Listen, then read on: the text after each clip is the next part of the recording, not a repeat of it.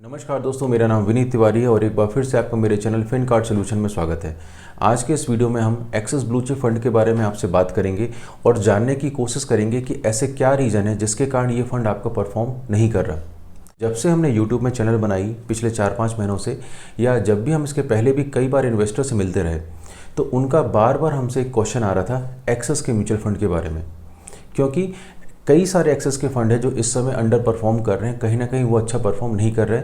चाहे तो वो एक्सिस ब्लू चिप फंड की बात करूं, चाहे तो मैं एक्सिस के मिड कैप फंड की बात करूं, चाहे तो मैं एक्सिस के फ्लेक्सी कैप फंड की बात करूं। और अगर मैं एक्सिस के ब्लू चिप फंड की बात करूं तो जैसा कि आपको सामने चार्ट में दिख रहा होगा, ये जो ब्लू कलर की लाइन है ये कहीं ना कहीं एक्सिस के ब्लू चिप फंड को रिप्रेजेंट कर रही है और येलो कलर की लाइन इसके बेंचमार्क को रिप्रेजेंट कर रही है। और आपको क्लियरली दिख रहा था कि 2021 अक्टूबर 2021 के पहले देखिए, कहीं ना कहीं एक्सिस का blue chip fund out perform कर रहा था अपने कैटेगरी को या अपने बेंचमार्क को, और जिसके कारण कभी लोगों को कोई दिक्कत नहीं आ रही थी कि एक्सिस का ब्लू चिप फंड हमको कोई कम रिटर्न दे रहा है या हमारा रिटर्न अच्छा बना के नहीं दे रहा है। लेकिन जैसे जैसे आप आगे बढ़ेंगे 2022 से 23 में आएंगे तो आपको क्लियरली दिख रहा होगा, आप 2022 से 23 में आएंगे तो आपको क्लियरली दिख रहा होगा कि ये ब्लू कलर की लाइन ओवरलैप कर रही है आपके येलो कलर की लाइन को। और इसी एक साल के टाइम पीरियड को और थोड़ा डिटेल में एनालिसिस करूं तो यहाँ पे आप देखिएगा चार्ट में क्लियरली दिख रहा था कि ब्लू कलर की लाइन काफ़ी नीचे बन रही है अपने बेंचमार्क से, यानी एक्सिस का ब्लू चिप फंड काफ़ी कम रिटर्न बना के दे रहा है आपके बेंचमार्क के एवरेज से। और साथ ही साथ क्लियरली समझ में आ रहा है कि एक्सिस का ब्लू चिप फंड कितने बुरी अंडर परफॉर्मेंस से गुजर रहा है। अगर मैं पिछले 3 साल के रिटर्न की बात करता हूं तो सामने आपको दिख रहा होगा कि अगर मैं इसके 3 साल के रिटर्न को कंपेयर करता हूं इसकी कैटेगरी के अदर फंड्स के साथ, तो आप क्लियरली देखिएगा जहां पे एक्सिस आपको लगभग 15% के आसपास का रिटर्न बना के दे रहा है, वहीं दूसरे फंड आपको आराम से 21, 22, 23, 24% का रिटर्न बना के दे रहे थे।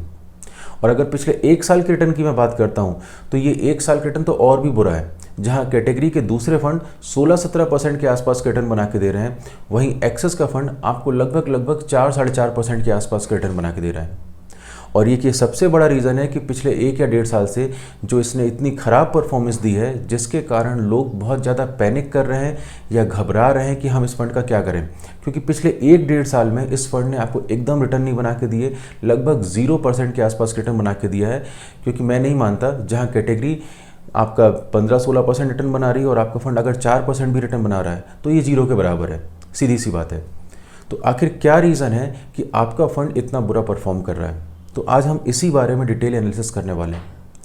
और देखिए, जब फंड की इतनी बुरी परफॉर्मेंस आ रही होती है, आपका फंड परफॉर्म ही नहीं कर रहा है, तो मैं फंड के किसी भी पैरामीटर की बात कर लूँ, वो पैरामीटर की बात करने कोई मतलब ही नहीं रह जाएगा। ना तो उसकी अल्फ़ा की बात करने कोई मतलब रह जाएगा, ना बीटा की बात करने का, ना शार्प रेशियो। क्योंकि जब फंड ही परफॉर्म नहीं कर रहा है तो सभी पैरामीटर ऑटोमेटिकली इसके खराबी हो चुके होंगे। तो आज हम इसके पोर्टफोलियो में जाके देखेंगे कि ऐसे क्या रीज़न है जिसके कारण, क्या इसके पोर्टफोलियो में कुछ दिक्कत है, या इसके ऐसे क्या रीज़न है जिसके कारण इसकी परफॉर्मेंस इतनी ख़राब आ रही है। तो चलिए अब हम इस वीडियो को आगे बढ़ाते हैं। और जब मैं इसके पोर्टफोलियो को ध्यान से देखता हूँ तो आप सामने देखिएगा, पोर्टफोलियो में आपको एक कंपनी दिख रही होगी, एवेन्यू सुपरमार्ट। और ये जो एवेन्यू सुपरमार्ट है, आज की डेट में मुझे लगता है कि एवेन्यू सुपरमार्ट एक सबसे बड़ा रीज़न है जिसके कारण इसका पोर्टफोलियो आपको अच्छा परफॉर्म नहीं करके दे रहा है। जैसा कि आपको सामने दिख रहा होगा, लगभग 5.5 से 6% की हिस्सेदारी एक्सिस ब्लू चिप फंड में एवेन्यू सुपरमार्ट की है। तो जब इतना बड़ा हिस्सा एवेन्यू सुपरमार्ट का लेके बैठा हुआ है, और अगर एवेन्यू सुपरमार्ट का स्टॉक परफॉर्म नहीं करेगा तो उसका डायरेक्टली इम्पैक्ट इसमें दिखाना तो स्वाभाविक है। क्योंकि अगर मैं एवेन्यू सुपरमार्ट के चार्ट को देखूं तो आप सामने चार्ट में देखिएगा कि एक समय एवेन्यू सुपरमार्ट का स्टॉक लगातार एक बहुत बड़ी तेज़ी के कारण 1700-1800 रुपये से बढ़ते बढ़ते लगभग 6000 रुपये का हो गया था। और आज यही स्टॉक 6000 से गिर के लगभग आपको 3500 रुपये के आसपास मिल रहा है। स्टॉक आपको दिख रहा है कि 40 से 45% की करेक्शन में आपको मिल रहा है। तो ये करेक्शन ही एक बहुत बड़ा रीज़न है जिसके कारण डायरेक्टली या इनडायरेक्ट इम्पैक्ट इसके पोर्टफोलियो में आ रहा है। लेकिन अगर मैं 2018 और 19 के आसपास की बात करूं तो मुझे याद है कि 2018 या 19 के आखिरी में मैंने कभी एक बार इसका पोर्टफोलियो रिव्यू किया था, और उस समय मैंने देखा था कि एवेन्यू सुपरमार्ट और बजाज फाइनेंस इसकी टॉप होल्डिंग में से एक थे। मेरे ख्याल से टॉप 3 स्टॉक में से ये 2 स्टॉक आपके आते थे। और उस समय इस फंड के अच्छा परफॉर्म करने का रीज़न भी ये था कि उस समय एवेन्यू सुपरमार्ट जैसे स्टॉक 1700 से बढ़ते बढ़ते बढ़ते आपका 6000 तक हो गया था। और जब ये स्टॉक अच्छा परफॉर्म कर रहा था तो इस फंड ने भी आपको बेहतरीन परफॉर्मेंस दी थी। यानी उस समय एवेन्यू सुपरमार्ट ही था जो इसका हीरो था, हीरो स्टॉक था। लेकिन आज किसी कारण से ये कंपनी अंडर परफॉर्म कर रही है, क्योंकि इसके रिजल्ट थोड़े अच्छे नहीं आ रहे हैं। और कहीं ना कहीं आपको मालूम भी होगा, क्योंकि कहीं ना कहीं रिलायंस रिटेल से भी इसको कंपटीशन मिल रहा है, तो जिसके कारण थोड़ा बहुत इम्पैक्ट इसके साथ हो आ रहा है। और ये एक स्वाभाविक सी बात है। और जैसा कि आपको दिख भी रहा था कि क्योंकि एवेन्यू सुपरमार्ट ने पिछले 1-1.5 साल में अच्छी परफॉर्मेंस नहीं की है, लगभग 30-40% डाउन ही आपको मिल रहा है, तो एक सबसे बड़ा रीज़न था कि आपका एक्सिस ब्लू चिप फंड आपका परफॉर्म करके दे ही नहीं रहा है। जैसे आप थोड़ा सा आगे नज़र डालेंगे तो आपको 2 स्टॉक दिख रहे होंगे, टीसीएस और इन्फोसिस। और जैसा कि सभी को मालूम है, पिछले 1.5 या 2 साल से आईटी स्टॉक अच्छा परफॉर्म नहीं कर रहे हैं। आप टीसीएस और इन्फोसिस की भी बात करें तो ये आराम से आपको दिख रहा होगा कि अपने लाइफ टाइम हाई से आराम से 20-25% नीचे आपको मिल रहे हैं। अब हो सकता है कि एक्सिस ब्लू चिप फंड ने अभी इसमें इन्वेस्टमेंट किया हो या पुराना इन्वेस्टमेंट हो, लेकिन क्योंकि आईटी सेक्टर परफॉर्म नहीं कर रहा है, आपका निफ्टी कुछ दिनों पहले लाइफ टाइम हाई बनाया था लगभग 20,000 के आसपास, और वहाँ से अब ये कम से कम 19,400 के आसपास चल रहा है। लेकिन अभी भी आईटी सेक्टर अपने लाइफ टाइम हाई से 20 से 25% करेक्शन में चल रहे हैं। तो एक ये सबसे बड़ा रीज़न है, क्योंकि आईटी सेक्टर परफॉर्म नहीं कर रहा है और आपके फंड का एक बहुत बड़ा हिस्सा 10% हिस्सा आईटी सेक्टर में इन्वेस्टेड है। तो ये एक बड़ा रीज़न है जिसके कारण एक्सिस ब्लू चिप फंड भी आपकी परफॉर्मेंस नहीं दिखा रहा है। अब अगर मैं इन तीनों कंपनियों की बात करूं तो आपको क्लियरली दिख रहा होगा कि एक्सिस ब्लू चिप फंड ने लगभग अपने पास आ रहे फंड का 16% हिस्सा इन्हीं कंपनियों में इन्वेस्ट किया हुआ है। और एक सबसे बड़ा रीज़न है कि एक्सिस ब्लू चिप फंड आपको अच्छे रिटर्न बना के नहीं दे पा रहा है। तीनों कंपनियां कोई ख़राब कंपनी नहीं है, लेकिन किसी कारण से ये तीनों अभी परफॉर्मेंस नहीं दिखा पा रही। और अगर मैं आईटी सेक्टर की बात करूं तो मैंने आईटी सेक्टर पे पहले भी एक वीडियो बनाया हुआ था कि अगर आप 4 या 5 साल का इन्वेस्टमेंट होराइजन लेके चल रहे हैं तो आईटी सेक्टर एक अच्छा मौका आपको दे रहा है इन्वेस्टमेंट करने का, और उसकी लिंक मैं अपने डिस्क्रिप्शन में डाल दूंगा। अब देखिए, अगर मैं इस पोर्टफोलियो को थोड़ा सा आगे बढ़ाऊं तो आपको सामने दिख रहा होगा कोटक महिंद्रा बैंक। देखिए, कोटक महिंद्रा बैंक में कोई कमी नहीं है। कोटक महिंद्रा बैंक एक बेहतरीन बैंक है और लगातार इसने एक अच्छा रिटर्न बना के दिया है, लेकिन पिछले 3-4 सालों से ये बैंक आपको अच्छा रिटर्न बना के नहीं दे रहा है। ये एक रेंज में चल रहा है 1750 से 2000 की रेंज के बीच में। अगर आप कोविड के पहले की भी बात करें तो कोविड के पहले भी ये बैंक आपको 1750 रुपये के आसपास अवेलेबल था, और आज भी ये बैंक आपको 1750 से 1800 रुपये मिल रहा है। थोड़ा सा अगर आप पोर्टफोलियो को आगे बढ़ाएंगे तो आपको एक और स्टॉक मिल जाएगा, इन्फो एज एक समय 7-7,500 का हाई था, आज ये स्टॉक आपको लगभग 4,000 रुपये के आसपास मिल रहा है और लगभग एक कंसोलिडेशन फेज से गुजर रहा है। यहाँ पिछले 1.5 या 2 साल से कोई रिटर्न नहीं बने, तो एक ये भी रीज़न है कि आपका फंड आपको परफॉर्म करके नहीं दे रहा। थोड़ा सा अगर इस पोर्टफोलियो को आगे बढ़ाएं तो आपको 2 स्टॉक दिख रहे होंगे, एक है पीडीलाइट और एक एशियन पेंट। देखिए, पीडीलाइट और एशियन पेंट के साथ पिछले 1.5-2 साल से कुछ ना कुछ दिक्कतें ये आ रही हैं। आपको अच्छी तरीके से याद होगा, जब यूक्रेन और रसिया की लड़ाई चालू हुई थी तो कच्चे तेल के दाम बढ़ने के कारण एक बहुत बड़ा इम्पैक्ट पीडीलाइट और एशियन पेंट जैसी कंपनियों का आया था, और कहीं ना कहीं उस समय इनके मार्जिन में बहुत बड़ा इम्पैक्ट आया था, जिसके कारण इसके शेयर प्राइस में एक बहुत बड़ा करेक्शन आया था। थोड़े से फाइनेंशियल रिजल्ट इनके ख़राब हुए थे, लेकिन पीडीलाइट और एशियन पेंट एक बहुत बेहतरीन कंपनी है, लगातार आपको रिटर्न बना के दिया है इनने। और पीडीलाइट तो मेरी एक पसंदीदा कंपनी में से एक है, और मुझे ऐसा लगता है कि कभी ना कभी, आज नहीं तो कल, पीडीलाइट एक ऐसी कंपनी है जो कि कहीं ना कहीं निफ्टी 50 का भी पार्ट हो सकती है, होना चाहिए, लेकिन ये मेरा मानना है। अब अगर मैं पीडीलाइट की ही बात करूं तो देखिए, पीडीलाइट और एशियन पेंट की बात करूं तो एशियन पेंट लगभग 3500 रुपये के हाई के आसपास था, आज ये आपको लगभग 3200 के आसपास मिल रहा है। इन दोनों स्टॉक ने आपको वो रिटर्न बना के नहीं दिए हैं पिछले 2 या 3 साल में, या एक कंसोलिडेशन फेज से गुजर रहे हैं। 2 या 3 साल से ये कंसोलिडेशन फेज से गुजर रहे हैं, एक पर्टिकुलर रेंज में चल रहे हैं, क्योंकि ये दोनों स्टॉक भी आपको एक बहुत बम्पर रिटर्न बना के नहीं दे पा रहे हैं। एक ये रीज़न है जिसके कारण आपका फंड भी आपको परफॉर्म करके नहीं दे रहा है। इसके पोर्टफोलियो को थोड़ा सा आप आगे बढ़ाएंगे तो आपको मिल जाएगा अपोलो हॉस्पिटल और इंटरग्लोब एविएशन। ये दोनों स्टॉक भी पिछले 1-1.5 साल से ठंडे पड़े हुए हैं, कोई अच्छा रिटर्न आपको बना के नहीं दिया। और थोड़ा अगर आप और आगे बढ़ेंगे तो आपको इसमें कुछ केमिकल सेक्टर की कंपनियां मिल जाएगी, जैसे एसआरएफ, पीआई इंडस्ट्री। पूरा का पूरा केमिकल सेक्टर इस समय ठंडा पड़ा हुआ है, चाहे मैं आरती इंडस्ट्री की बात कर लूँ, चाहे विनती ऑर्गेनिक की बात कर लूँ, पूरे के पूरे केमिकल सेक्टर को आप देखिए, कोई अच्छा रिटर्न बना के नहीं दे रहा है, और लगभग केमिकल सेक्टर आपको एक बहुत अच्छे वैल्यूएशन में मिल भी रहा है। देखिए, अगर इन जितने भी स्टॉक्स की मैंने आपसे बात की, अगर मैं इन सभी स्टॉक को ऐड करता हूँ तो एक चीज़ समझ में आ रही होगी, लगभग 20 से 25% पैसा आपका लगभग इन कंपनियों में इन्वेस्टेड है। और अगर ये कंपनी आपको रिटर्न बना के नहीं दे पा रही हैं, फिलहाल ये कंपनियां कोई ख़राब कंपनियां नहीं है, ये एक मल्टी बैगर कंपनियां, इनने बहुत अच्छा रिटर्न बना के दिया है, कंपनियों में कोई बुराई नहीं है। लेकिन क्योंकि ऐसा एक दौर हर कंपनी के साथ आता है कि वो कंपनी रिटर्न बना के नहीं दे पाती, जिसके कारण एक्सिस ब्लू चिप फंड आपको रिटर्न बना के नहीं दे पा रहा है। देखिए, एक्सिस ब्लू चिप फंड के पोर्टफोलियो को समझाने के लिए मैं एक छोटा सा एग्जांपल लेके चल रहा हूँ, हो सकता है इससे आपको समझ में भी आ जाए। मान के चलिए आप एक 4 व्हीलर में सफ़र कर रहे हैं और आप जिस रास्ते में सफ़र कर रहे हैं वो रोड बहुत ख़राब है।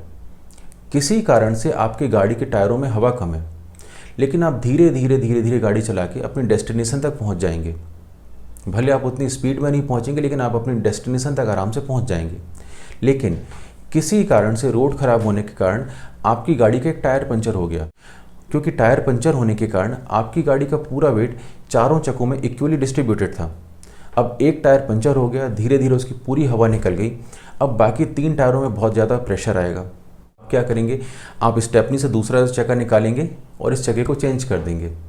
और अगर आपके पास स्टेपनी ही नहीं होगी तो आप वेट करेंगे किसी मैकेनिक के आने का, कि वो मैकेनिक आए, चक्कों का पंचर सुधारे और उसके बाद आप गाड़ी को लेकर आगे बढ़ेंगे। देखिए, सेम यही कंडीशन आपके एक्सिस ब्लू चिप फंड के साथ हो रही है। देखिए, एक्सिस ब्लू चिप फंड में लगभग 25% पैसा ऐसी कंपनियों में इन्वेस्टेड है जो कंपनियां फिलहाल में आपको अच्छा रिटर्न बना के नहीं दे पा रही हैं। लेकिन ये कंपनियां खराब नहीं हैं, फंड मैनेजर ने कोई गलत कॉल नहीं लिया, कंपनियां सभी अच्छी हैं, इन कंपनियों में कोई बुराई नहीं है। लेकिन किसी कारण से ये कंपनियां अभी फ़िलहाल अच्छा परफॉर्म नहीं कर पा रही हैं। तो अब ये तो फंड मैनेजर की कॉल है कि वो या तो पूरा चक्का चेंज कर दें, इन कंपनियों का पैसा किसी और कंपनी में ट्रांसफ़र कर दें। लेकिन ये इतना आसान होता नहीं है। जब इतना बड़ा इन्वेस्टमेंट होता है तो ये इतना आसान कभी भी नहीं होता, क्योंकि ये कंपनियां बहुत अच्छी हैं और आप यकीन मानिए आने वाले 2 या 3 साल में यही कंपनियां होंगी जो कि आपको एक बहुत अच्छा रिटर्न बना के देने वाली हैं। तो अगर आप एक्सिस ब्लू चिप फंड में इन्वेस्टेड हैं तो मेरी सलाह तो यह है कि अगर आपका पुराना इन्वेस्टमेंट है एक्सिस ब्लू चिप फंड में तो आप टेंशन नहीं पालिए, आप उसमें इन्वेस्टेड रहें। धीरे धीरे आप खुद ही देखेंगे आने वाले 2-3 साल में जैसे जैसे इन कंपनियों की परफॉर्मेंस अच्छी होगी, ये फंड दोबारा से अपने बेंचमार्क को आउट परफॉर्म करेगा और आप देखेंगे कि पहले जैसा रिटर्न बना के भी हो सकता है आपको देख। और अगर मैं अपनी बात करूं तो मेरा खुद का personal investment axis blue chip fund में है। मैं अपने फंड को कंटिन्यू कर रहा हूं, मुझे किसी टाइप का कोई पैनिक नहीं है, क्योंकि पिछले 8-10 साल में मैंने कई बार ऐसा देख चुका है कि कई बार फंड आपको 3 साल, 4 साल, 5 साल तक रिटर्न बना के नहीं देता। तो मेरे लिए कि आम बात है, स्वाभाविक सी बात है। तो मैं पर्टिकुलर इस फंड को अपने पोर्टफोलियो में कंटिन्यू कर रहा हूँ। मेरा कोई नज़रिया नहीं है कि मैं इसको बेच दूँ या इससे एग्जिट कर जाऊँ। तो पहली बात, अगर आपके पास एक्सिस ब्लू चिप फंड है तो आप उसको होल्ड करें, उसको बेचें नहीं। जब तक आपको पैसों की रिक्वायरमेंट ना हो तो फंड को रखे रहें। और देखिए, जब भी मैं आपसे बात करता हूँ किसी भी इक्विटी म्यूचुअल फंड में इन्वेस्टमेंट की, तो मैं बार बार इसलिए आपसे कहता था कि कभी भी इक्विटी फंड में आप आएँ तो आपका नज़रिया 8 या 10 साल का लेके आएँ। क्योंकि कई बार कंपनियों के साथ होता है, फंड के साथ होता है कि वो 3-4 साल तक अंडर परफॉर्म करते हैं। बाकी फंड अच्छा रिटर्न बना के दे रहे होंगे, लेकिन आपका फंड आपको रिटर्न बना के नहीं दे रहा होगा। तो ये एक स्वाभाविक सी बात है। तो मैं केवल आपको इतनी सलाह दूंगा कि आप इस फंड में कंटिन्यू करें। हाँ, अगर आपको कुछ नया इन्वेस्टमेंट करना हो तो आप नया इन्वेस्टमेंट किसी और फंड में कर सकते हैं। ये मैं नहीं बोल रहा हूँ कि इस फंड में आए, क्योंकि हो सकता है ये फंड आने वाले 1-1.5 साल में भी आपको अच्छा रिटर्न बना के ना दे। और जब फंड अच्छा रिटर्न बना के नहीं देगा 1 आध साल, तो आपको फिर कहीं ना कहीं आप पैनिक करने लगेंगे। तो इसी कारण अगर आप नया इन्वेस्टमेंट करना चाहते हैं तो किसी और फंड में करें। लेकिन अगर आपका पहले से इस फंड में इन्वेस्टेड है, आपकी SIP चल रही, तो उसको कंटिन्यू करें।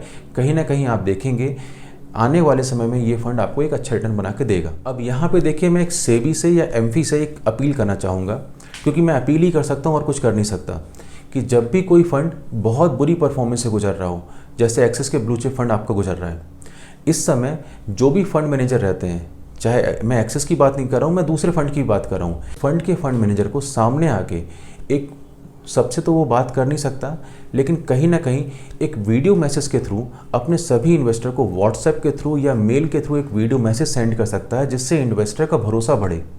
लेकिन ऐसा देखने को कहीं नहीं मिलता।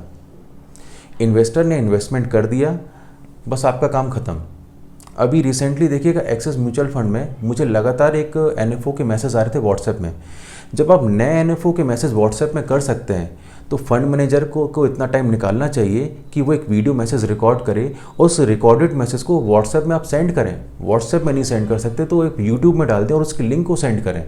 कम से कम आपका जो इन्वेस्टर है उसको पता तो चले कि आपका फंड परफॉर्म क्यों नहीं कर रहा है या आने वाले समय में आपकी स्ट्रेटेजी क्या है। अगर फंड मैनेजर इतना सा टाइम नहीं निकाल सकता तो वो किसी काम का नहीं है मेरे नज़रिए से।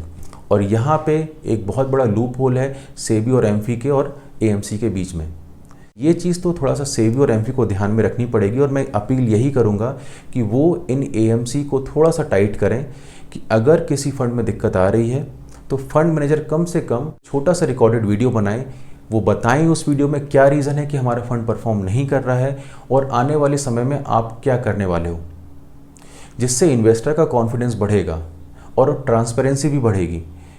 तो आज की वीडियो में इतना ही। ये एक हमारी छोटी सी कोशिश थी, छोटा सा प्रयास था, हम आपको बता सकें कि axis mutual fund, axis blue chip fund आपको अच्छा रिटर्न बना के क्यों नहीं दे रहा है। तो अगर आपको वीडियो पसंद आ रही हो तो चैनल को लाइक, सब्सक्राइब और शेयर करना ना भूलें।